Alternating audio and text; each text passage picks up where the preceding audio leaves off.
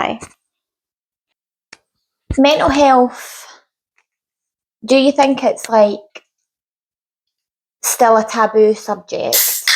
Not a lot of people like to talk about it. Or do you feel like people are just really good at hiding it? I think everyone hides it. I think there'll be a lot of people that deal with mental health issues and you would be completely oblivious to it. I think the people that are really suffering put on the biggest face, put on the biggest smile. They become like the jokers and like laugh and carry that sort of comedy side to themselves when behind closed doors they're actually probably cracking up. Yeah. I am someone that I do feel that, like, not every single day do I struggle with my mental health. But I would say that I kind of carry it like the only way to describe it is I kind of carry it like Chandler Bing from Friends. Yep. That character, as in I laugh things off and I make jokes about certain things. That is how I deal with it. Yep. But it's like I'm not conscious to me dealing with it that way.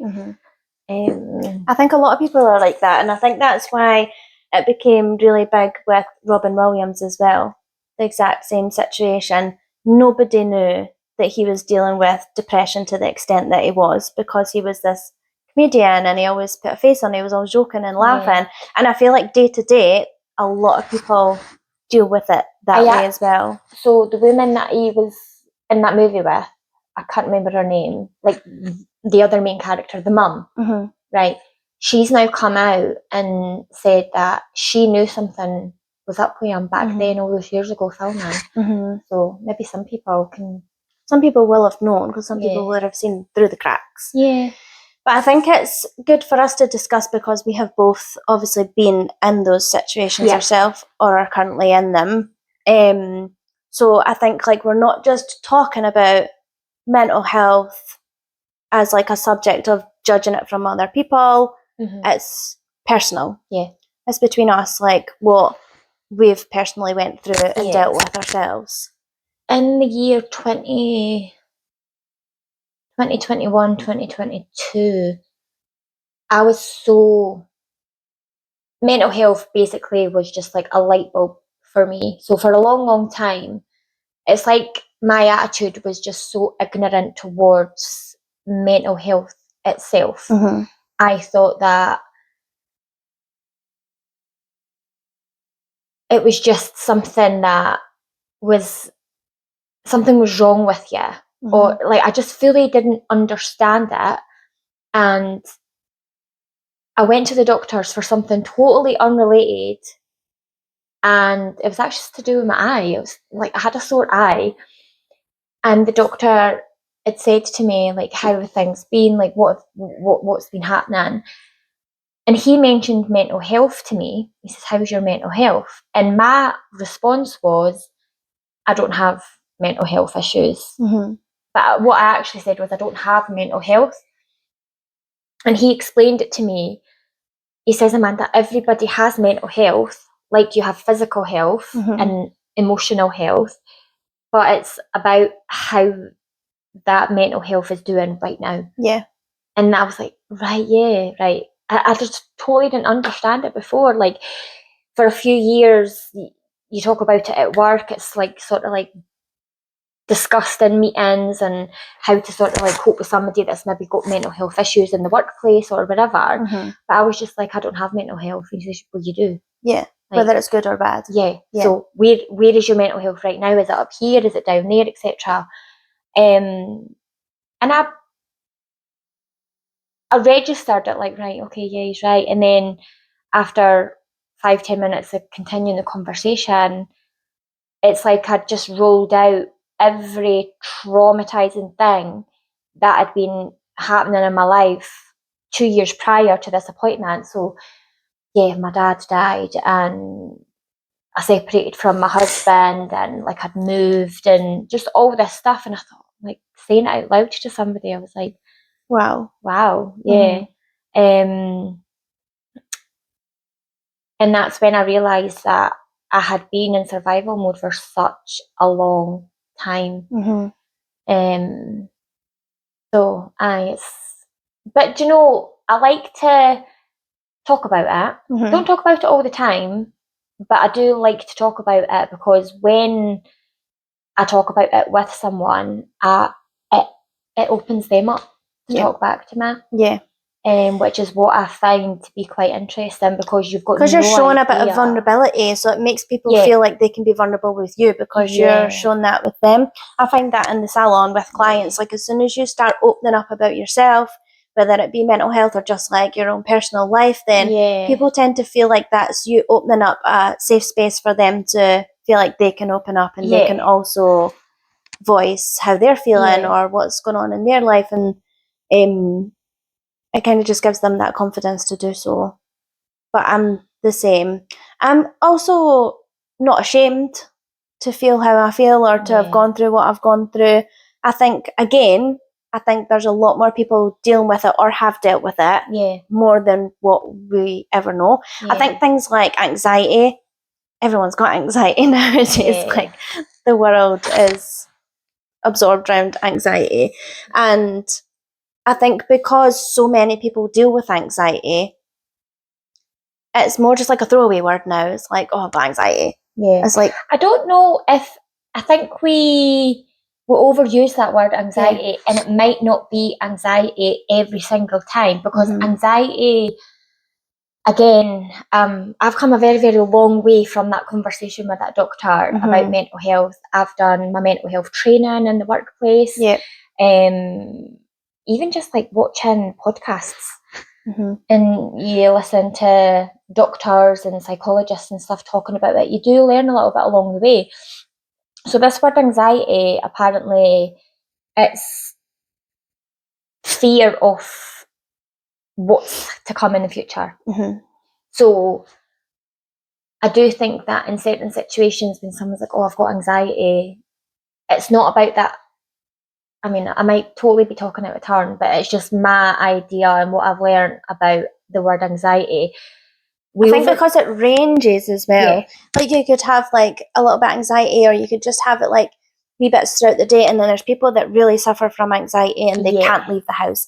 I think because there is like such a wide spectrum of how bad and severe it could be, and how people maybe just get a touch of it a wee bit day to day. It does range. So I think even just feeling nervous to go to an interview, that's anxiety. You're getting anxiety to go somewhere and do something. It's the same thing, but it's just on maybe a smaller scale, and it'll maybe completely go once you've had your interview. But then there's people that are just absolutely riddled with it day to day from morning till night. And like I said, like even just leaving the house gives someone anxiety. Now, in today's world, that's what I was going to say.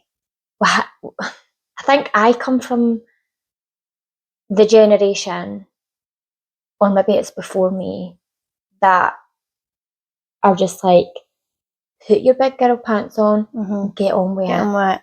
It's like no time to cry, no time to dwell, like no time to feel hard done by, I know everyone's out to get me. Just get on with it. And that, I suppose, is what's kind of hard as well, and why people maybe just sort of shut off. And I think that comes hand in hand with depression as well. Yeah. Just putting your big girl pants on and just getting up and getting on with it, because you have to. I think it's on a deeper level, because I feel like depression then is debilitating physically as well as mentally. But yeah, I feel like because we do have to just get up and get on with it, we then become functioning.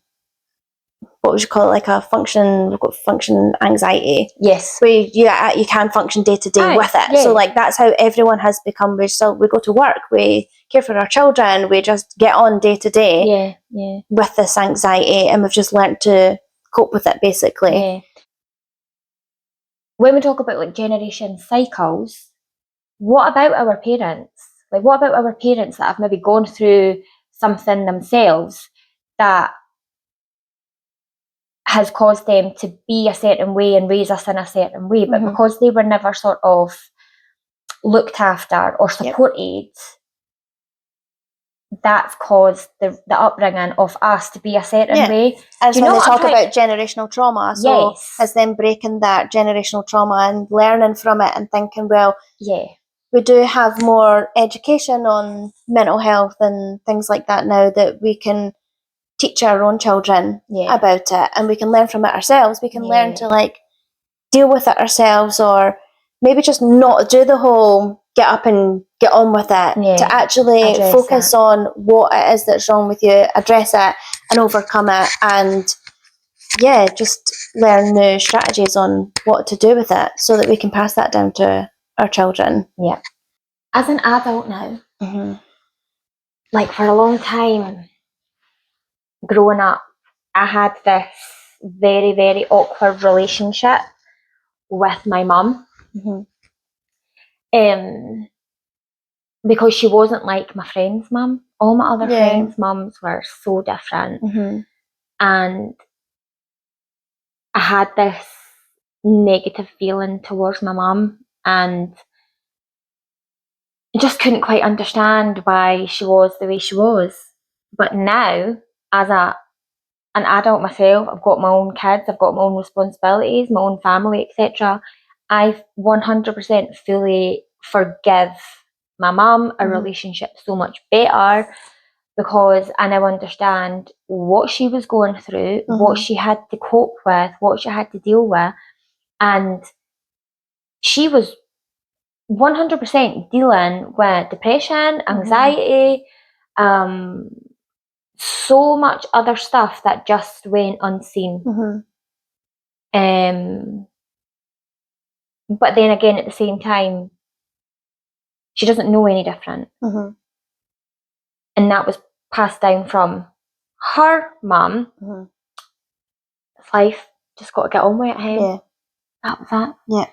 So it's so interesting, and I'm glad that we're talking about this today.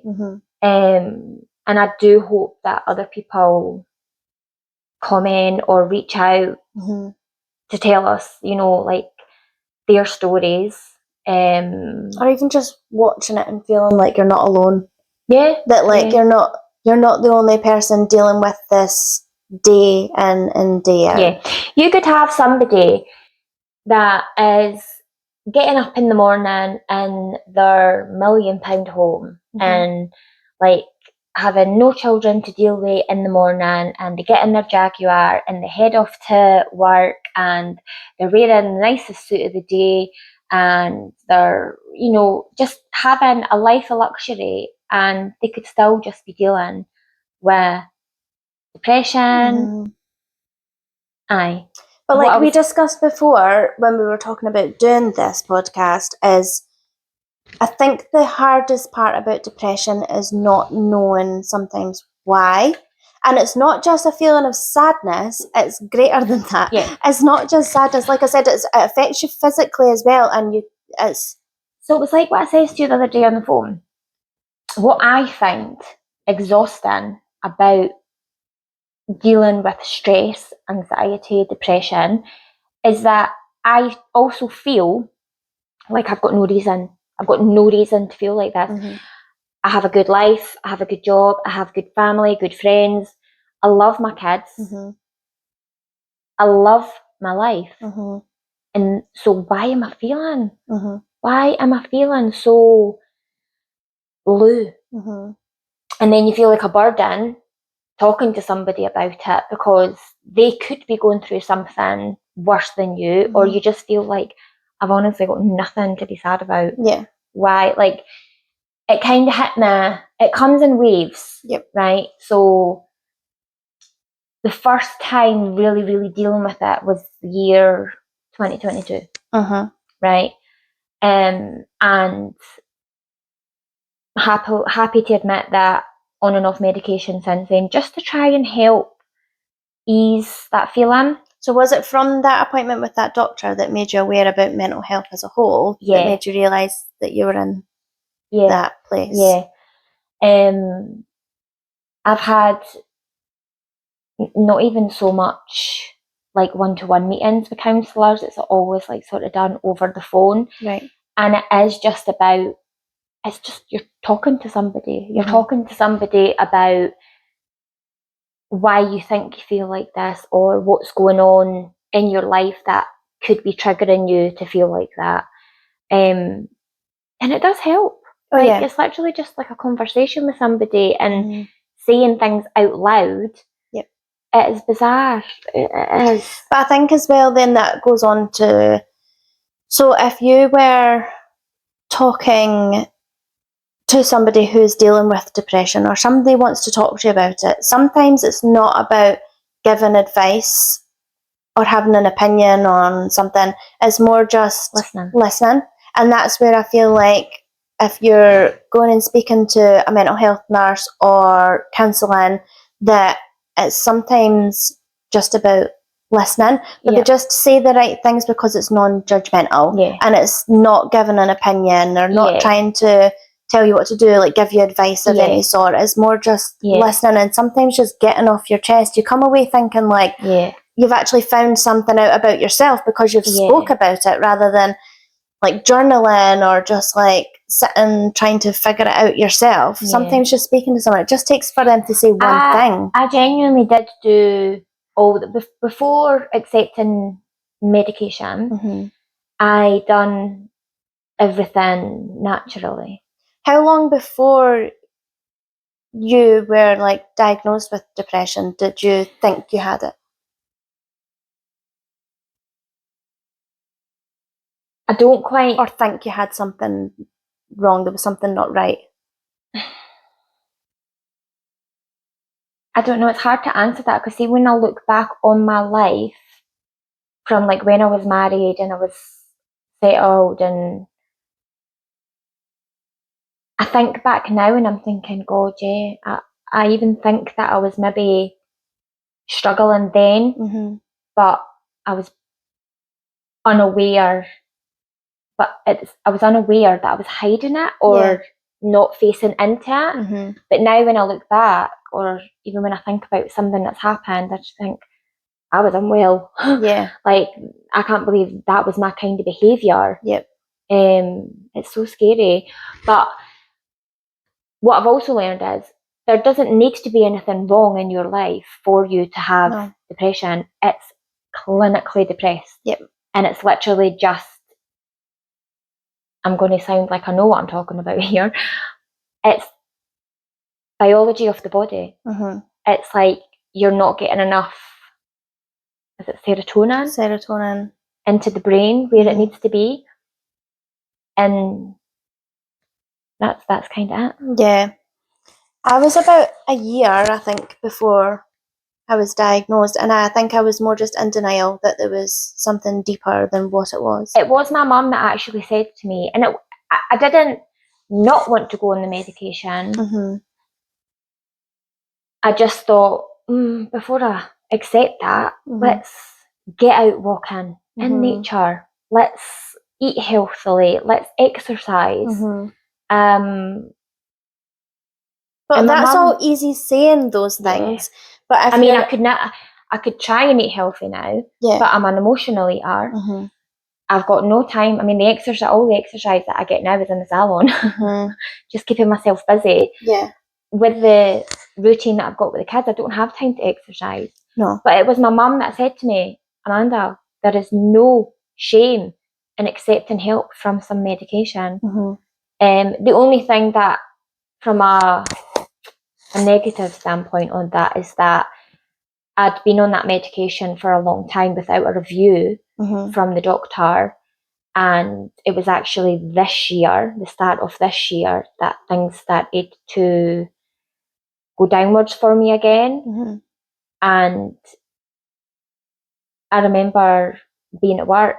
I went in the morning and I was just doing my hair, and Vicky's like, "You're awfully quiet this morning." And I just broke down and I was like, "Do you know what? I'm not okay.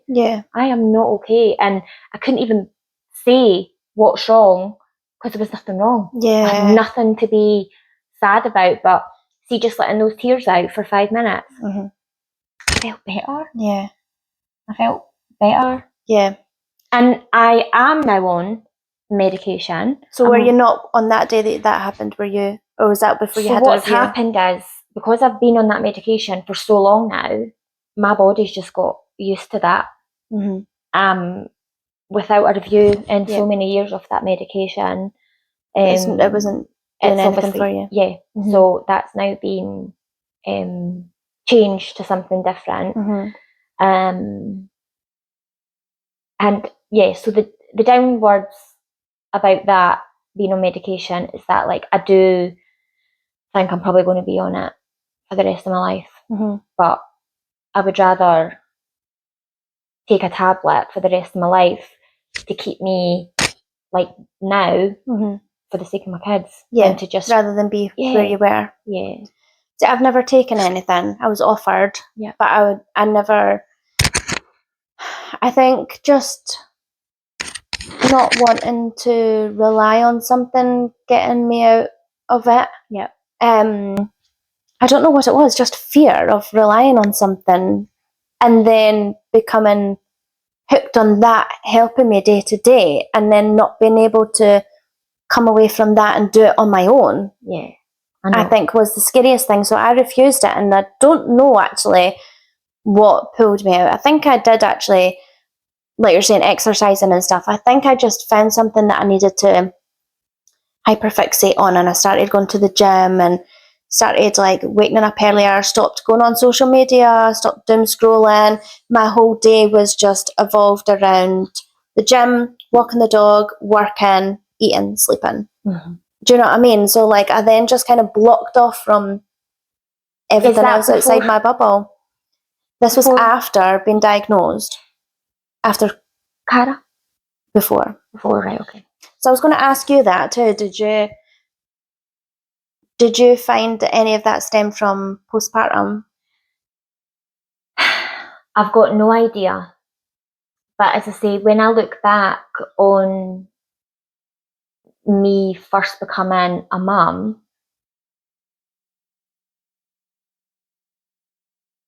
Your belly.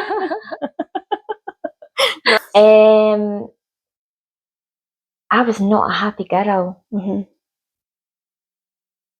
I really wasn't. After having Lennon?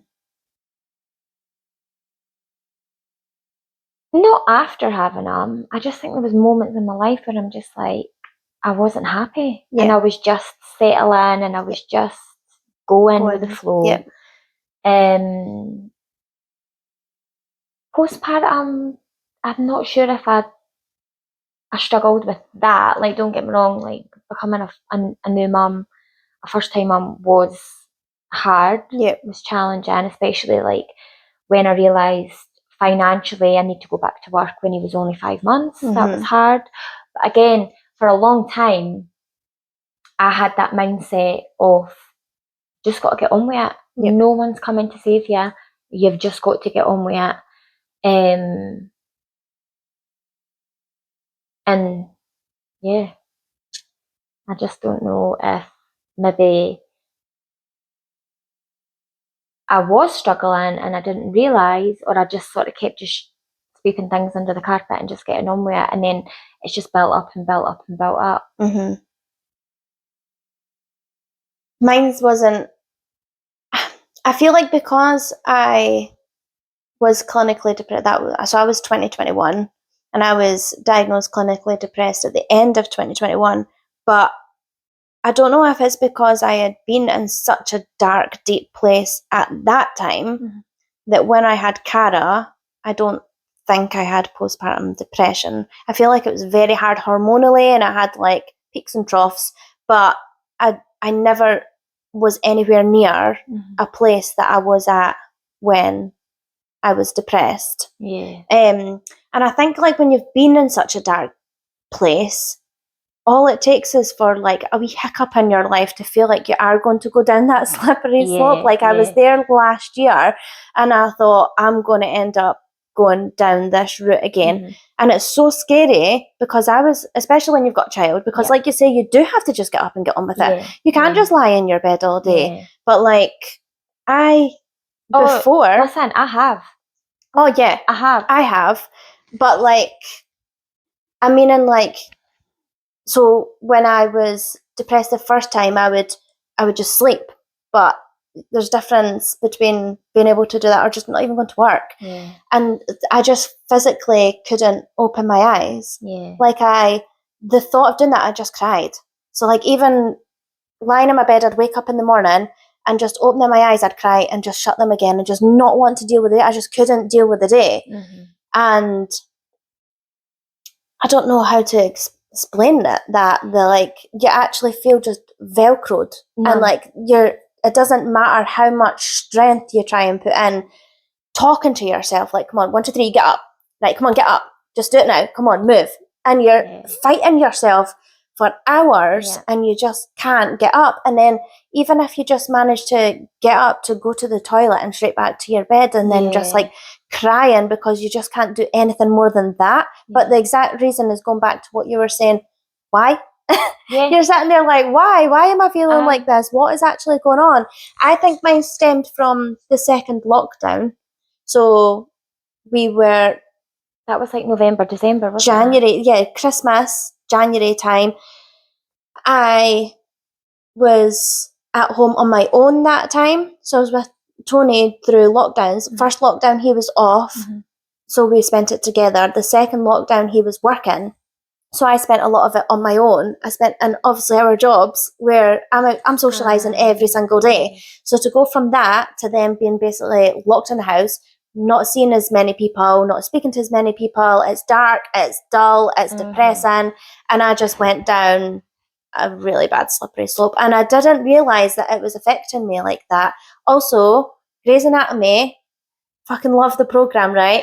But Jesus, my God, like that had me crying every episode. I need to turn this off. I need to start watching some comedies because I was like, I need to get into something. Started watching Grey's Anatomy. Right. And I just then got into this really sad, depressing state of mind.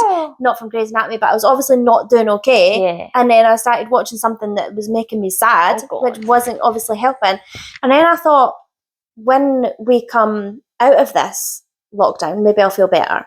Maybe once we get out of the winter and get better weather, maybe I'll start feeling better. Yeah. And these things would hit and nothing would change. Yeah. I'd get through summer and I'd still feel the same. It'd come down to like alcohol, going out drinking, and I would just be so emotional. I'd be crying, I'd be depressed, like feeling so down for the whole week after having a drink. I just couldn't drink.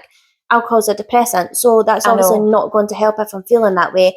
But obviously, unbeknown to me, I didn't know I was depressed. So I was just like, what is wrong with me? Why can't I just function?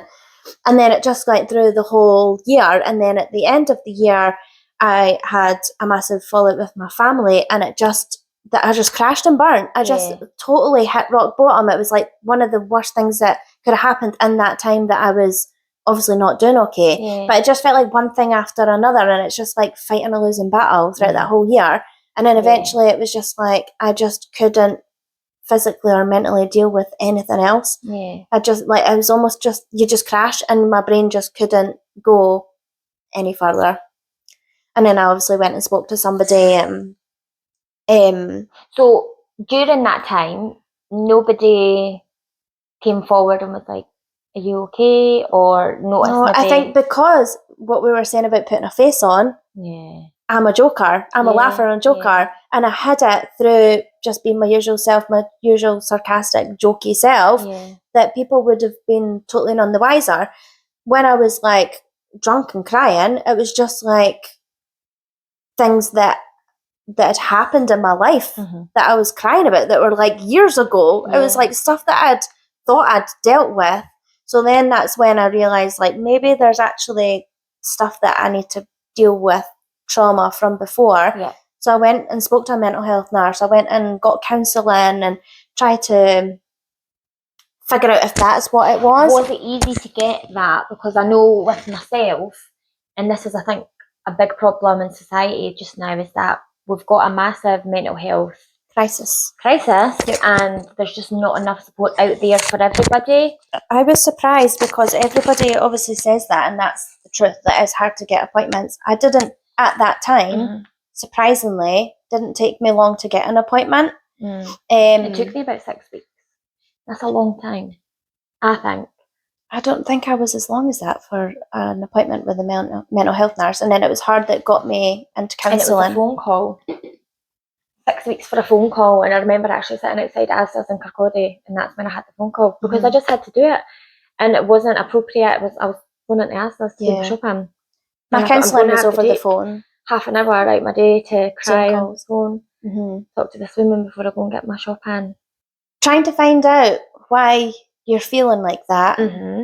Like you say, when you don't actually know.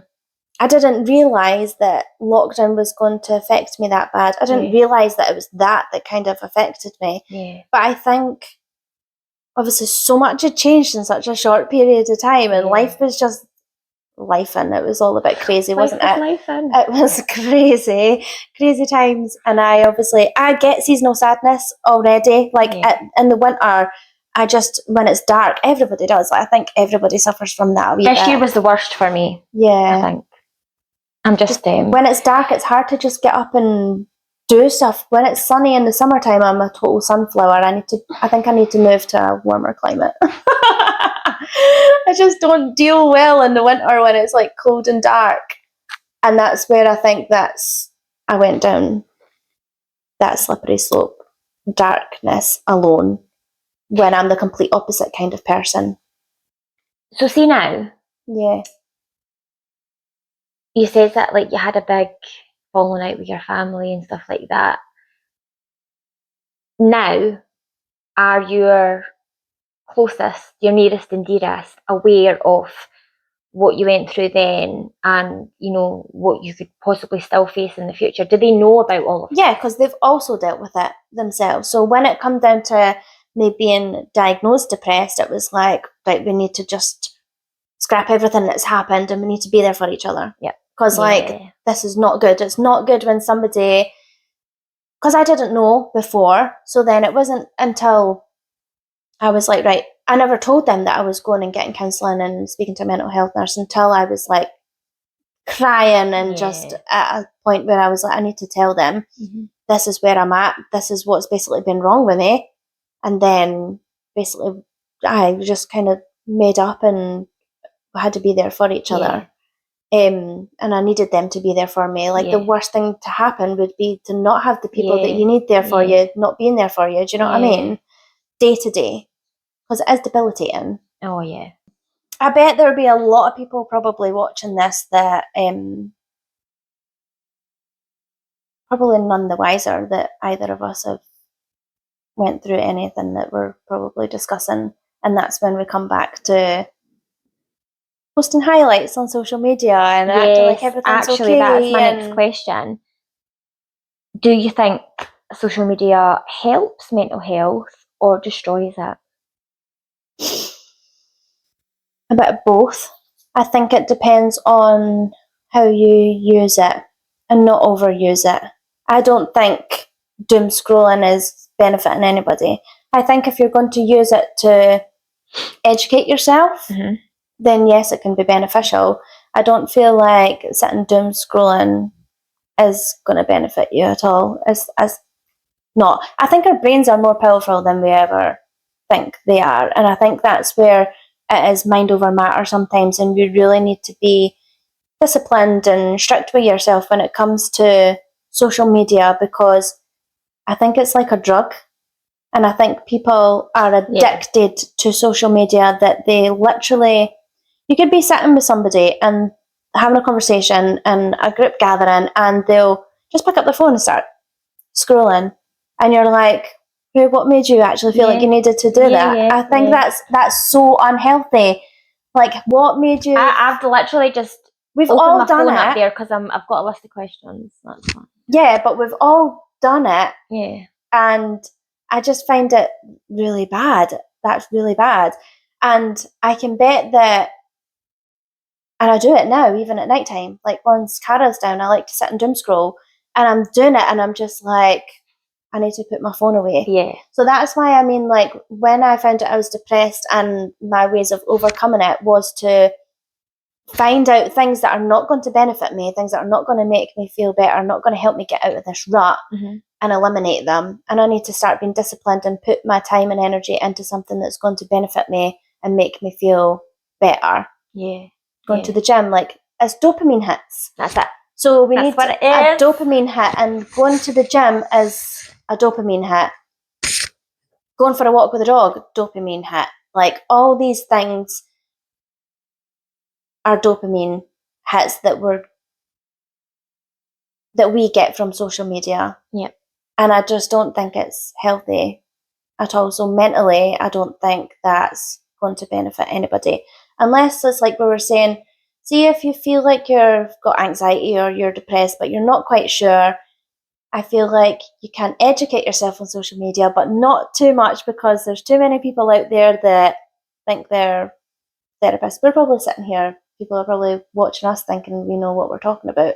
We're just talking from personal experiences. We're not therapists.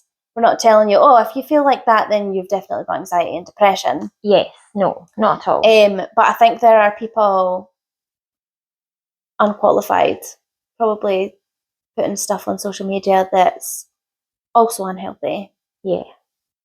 not going to benefit you. There has been a side that I've come across, and it's like people locally that have a channel and they're maybe like on a live, and you watch them, or they've put a video out there and you just think, wow, that person is not okay. Mm-hmm. And it's on show Mm-hmm. for people to see, and it's really scary. And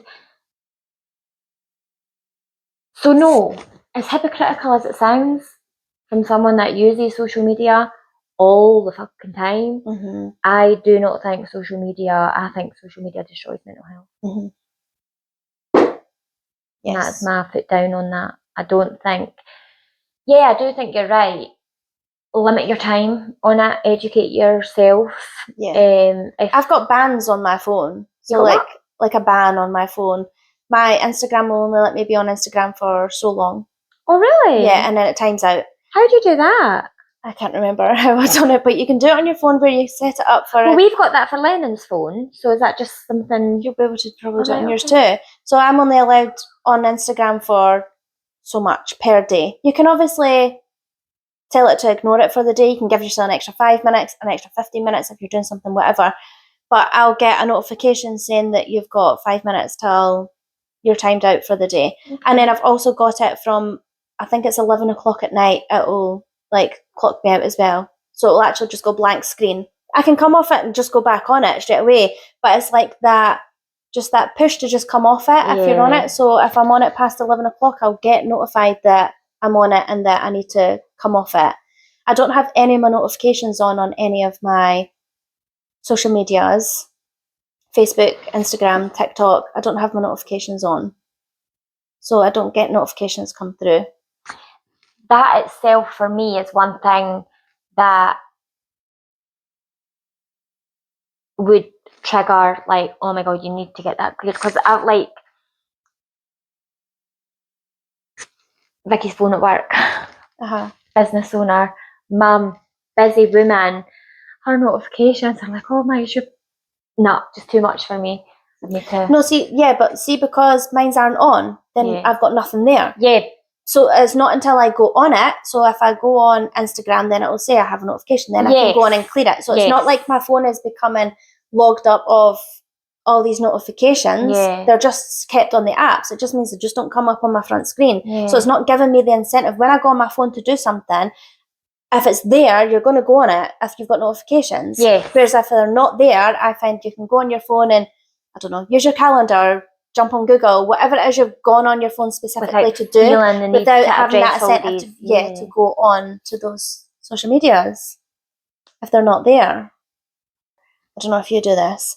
If I'm becoming overstimulated, if I'm feeling overwhelmed by life, workload, mental load of motherhood, the anxiety to like message people back, or answer phone calls, or deal with, you just switch off. I never used to. This year I did. This year that's probably when my friends will notice that there's probably something up. I just go quiet. and I'll just not really be talking much, or if at all, in our group chat. Yeah. I'll probably go really quiet on social media. Like, I just really go within myself. And I haven't always been that way, but this year I was, and a family member reached out and was like, "What is going on with you? Like, you don't come round to the house. We've not heard from you in ages. Blah blah blah blah blah." And I was open. I was actually open to say I just don't feel myself. Yeah. Don't know what's going on. Just feel shit.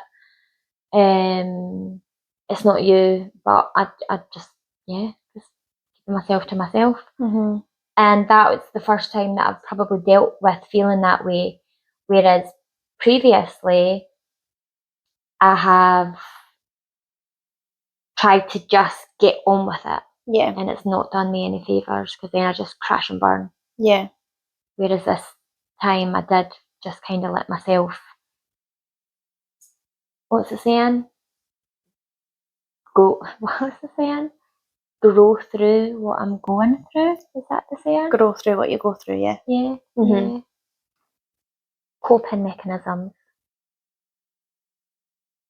With mental health in general? In general. Or like each individual? So, see, on our first episode, yes, I spoke and joked about having ADHD because people say it to me that I've got it, and I don't think I've definitely not got ADHD, because I say I've got like ADHD brain where it feels like non-stop, can't stop thinking about things. It just, especially at night, it just doesn't switch off. But it's actually anxiety, and that's all day, every day. So that's where like I get verbal diarrhea in my voice notes. Okay. That's where I get 7 minutes long yesterday. Oh my god! Or the other day, I can't remember what day it was. But yeah, it's just I'm a high functioning anxiety driven. Like, that's me every day, and it's not because I am actually a very chilled person. Yeah. I've definitely not got ADHD. Apologies to anybody that does and deals with that day to day, because I'm not diagnosed ADHD. I just joke that I've got an ADHD brain because it's just that's how it feels at night time, especially when I'm trying to switch off. But really, my verbal diarrhea, my hyperness, my brain, the way it works, is all anxiety. I've had it for years. Some beta blockers for my anxiety to just calm the fuck down, chill out. So, but day to day, I think doing things like what you were saying before, exercising, meditating. It's never been something that I've personally tried. Meditating, so good for you. Even just like 10 minutes. 10 minutes in the morning, 10 minutes at night. I find really good to, I think, just, again, decompress, slow down. I think it was yesterday or the day before. I can't remember what day it was, actually. Maybe Friday. I was out for a walk with Cara, and she's at an age now where she wants to walk everywhere. It takes ages to get everywhere. And I feel like because of my anxiety, I'm like 100 miles an hour. Yep. And it's like get ready, out the door, let's go everywhere. And I'm like, I walk fast and I'm trying to get places. I'll not even recognise I've walked past someone in the shop because I'm just like tunnel vision. But I feel like that's the good thing about Cara's age just now, when she's wanting to walk. I feel like it's forcing me to slow down. Yeah. Slow down and just not be that so 100 miles an hour all the time. Slow down and just enjoy it a little bit. Yeah. Enjoy everything a little bit more. I definitely have leaned on the side of peace more. Yeah. Like just not chasing peace, but just opting for a peaceful, slower life. Like, I like slow mornings. Mm-hmm. You said that in episode 1. I hate rushing in the morning. See, I think that's my problem. And that always used to be for years, even before I had kids. Yeah. It always just used to be rushing in the morning. But now, like, I get up in the morning, I have my coffee, I'll go and stand in the kid's bedroom and I'm just sort of staring at them like, I'm so lucky. I'll go and have another coffee, and then I'll like let the boys get up and like allowing them to slowly, because like there have been times where like we're in a rush, move it, and they're getting stressed out because we're in a rush. Yeah, I do opt for a peaceful life. That's what I mean. Just life in general. Life in general is so fast paced. So you can't drive anywhere without everyone being in a rush. Yeah. Like, I hate driving anywhere because everyone's right up your arse. They're in a rush to get somewhere as if someone's going to fucking die. And you've got like, people just like crossing the road and jumping out on their bikes. Yeah, but everybody is 100 miles an hour. So it's just like we just live a fast paced life. Life in general is just fast paced. There's just not enough hours in the day to fit everything in. And I just feel like you were saying before we started, how peaceful it is here. Yeah. I love just sitting out in the garden and taking it slow. And yeah, I done that yesterday before Cara came home. Just had a nice slow day and just took my time. And I always have this list of things I need to get through whilst I'm child free, things I want to get done. Yeah. And I think my problem is that I get a hit off that. I get a hit off of like being fast paced. That's where I struggle to come down and do things slowly, because I think I actually enjoy it too much. I enjoy keeping myself busy and filling my calendar up and being like having to do things. Yeah. And it's even just things like I need to go to the shop and get that. Like, yeah. Let's cram it in the day and like fill it in my week. And I just really struggle to like slow down and just. I've not always been like that. I just feel like when we spoke last week and you were like, oh, you've always got something on, you're always juggling something. Yeah, that's I think that next is level. Me also. I do like peacefulness. I do like easy going. I do just like chill. But at the same time, I always like to have something going on. Are you hungry? No, I've just had my lunch before we started. That is absolutely diabolical. Did you hear that? Yeah. But the things you're doing are like, so it's the same but different to me, because you're like, say it's like courses you're going on, and they're like productive. They're more like work committed things that are going to like add into your day-to-day schedules. Yeah. In that respect, mine's are literally just silly things like, I'm so regimented, and I don't know if it's just from work hour, like running by a column, and because like obviously before I had Cara, I worked full time. I was in the salon all the time. Yeah. I had my business. I worked long days, and my days were always like 9 o'clock clients till this time, lunchtime at this time, work, dinner. And so because my days were so regimented, I feel like I followed that scripture now. Yeah. With Cara, it's like we get up, we'll go to class, like we'll go and get food shopping, and then I'll go come back, walk the dog, and it, like my days got to be almost like back to back, and then I get to nighttime, and it's no wonder I reach like that burnout. Sounds like though that you've come a long way from where you were when you couldn't get out of bed. Maybe that's the problem, or it's not a problem, but like maybe that's why I've ended up going that way. I was going to ask, I've not looked into it yet, but do they talk about mental health in schools? I don't know, actually. It would be good to know. Just because.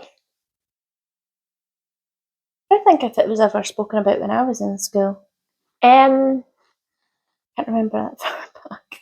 I don't think it was. Because it wasn't as big. Maybe on a day that I wasn't at school. I was hardly at school. I don't know. It would be interesting to know if, like, sex education, it's also a topic for, because I think I was in primary 7 when they first introduced a little workshop on the male and the female body, etc. I wonder if they do. Be interesting. Why do you want to know? Just for because. curiosity. Yeah, just for curiosity. One thing I will say actually is when I done my mental health. My mental health. Why is your bit blue? Blood flow. It's not blue. It looks so blue. It's gone cold. Is your foot depressed? my foot's needing a day off. Okay. Oh dear. It's needing a day in bed. So many things that literally just drained me, and I thought, I Did cannot you go into have it. suicidal thoughts when you were depressed? So, been asked that question several times, and I've always answered it like I've never wanted to not be here. Yep. But I just wanted the feeling of exhaustion to stop. So take that and do with that what you want, but I'm not saying that I would. I think the easiest way for me to describe it, so I never had suicidal thoughts as such, right? But I didn't want to deal with the day. Mm-hmm. The easiest way I could say to put it would be that say I felt like I was in like a really dark tunnel, and if you were to go back the way, that should go on suicidal thoughts. That should go on deeper into the darkness. And there's the light ahead where you're coming out of the depression and starting to feel more yourself. Yeah. I would say being in the dark tunnel was so tiring and exhausting that if I didn't keep pushing myself, getting up with my day, dealing with my day, that I would end up going back the way. But all I wanted to do was I just wanted to sleep in that moment. Yeah. I didn't want to fight to get there because it was too exhausting. I was too exhausted to try and fight my way out of the tunnel. Yeah. But if I let myself sleep, I was going to go back the way. Does that make sense? Yeah. But I didn't want to get up and deal with the day to move myself forward. It was so debilitating that I just wanted to go to sleep and ignore it all. The whole situation, the whole thought in that tunnel of being like either trying to fight to go forward or letting yourself slip backwards was so exhausting that I just wanted to sleep it all away. Mm-hmm. But I didn't want that light to completely disappear. Do you know what I mean? Yeah. I would never not want to be here, but I just didn't want to get up and deal with the day. Yeah. I didn't want to deal with my life day to day, but there was no reason for it. But no, I never, it's the first thing I think you get asked if you speak to like a mental health nurse. Like the first thing I think they cover is how deep are you? Like how bad is this? Yeah. And I never had those thoughts, but definitely just didn't want to deal with day to day. I feel like we haven't, as much as we've been chatting for an hour and a half, I feel like we haven't actually scratched the surface on this topic. No. This is just sort of just been a bit of our own experiences. Yeah. In the hopes that, really, realistically, actually, I hope that anyone watching doesn't relate to it, because that would mean that you've not went through it. 100%. But if it's relative to you and you feel like you can relate, then yeah. Cool beans.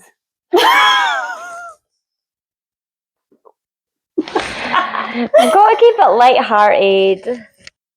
Talk to your friends. 100%. Talk to your family. Talk to whoever. Like, if you're go-to person that you just feel vulnerable with is your hairdresser or your lash tech or whoever it is, you know, I don't know, anybody, talk. Yep.